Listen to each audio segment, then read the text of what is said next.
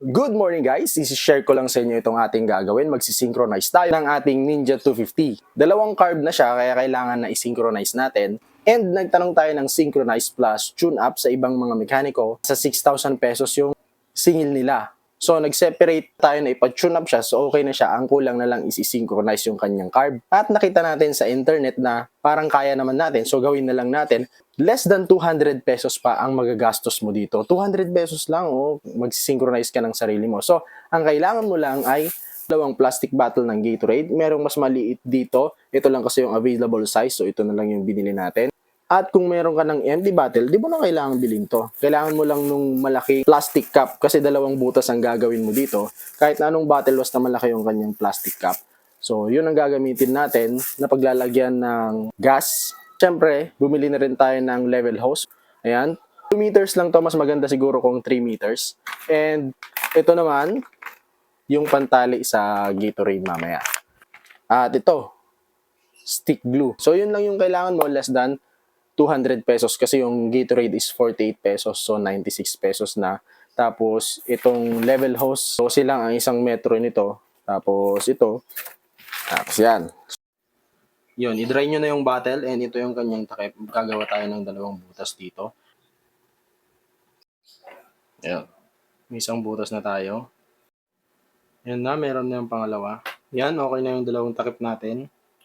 Puputol na tayo dito. Meron na tayong maliit. Sisiksik mo lang dito sa dalawang magkabilaan. Hanggang doon sa dulo. Yan, dapat natatouch yung ilalim ng ating Gatorade. Ayan na siya. Yan, so nalagay na natin. Kailangan hindi ito tiklop. Ayan. Ayan, hanggang sa ilalim yung kanyang hose. Ayan. Ito naman, ganito lang yung ibabaon mo. Konti lang. Tapos, itong mahaba, ito yung pupunta sa carb. Ayan. So, ilalagay mo lang siya. Ayan. So, ito na yung setup natin.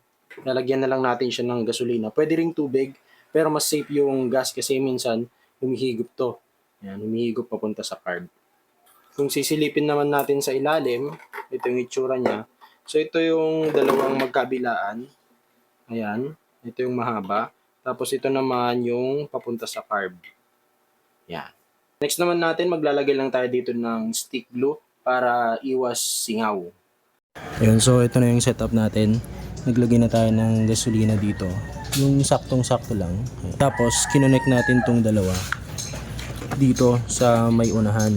Pipicturean natin yan, tapos ilalagay natin dyan. So, dito natin kinabit. Tapos ang pipihitin mong tornilyo ay itong nasa gitna. Ayan.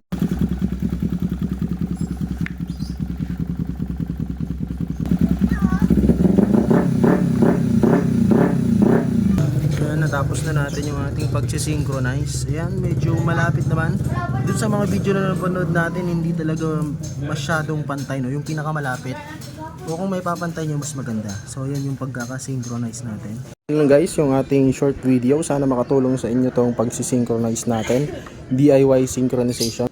I-rev nyo lang tapos higpit o kaya paluwag nung kanyang tornilyo na pinakita natin kanina.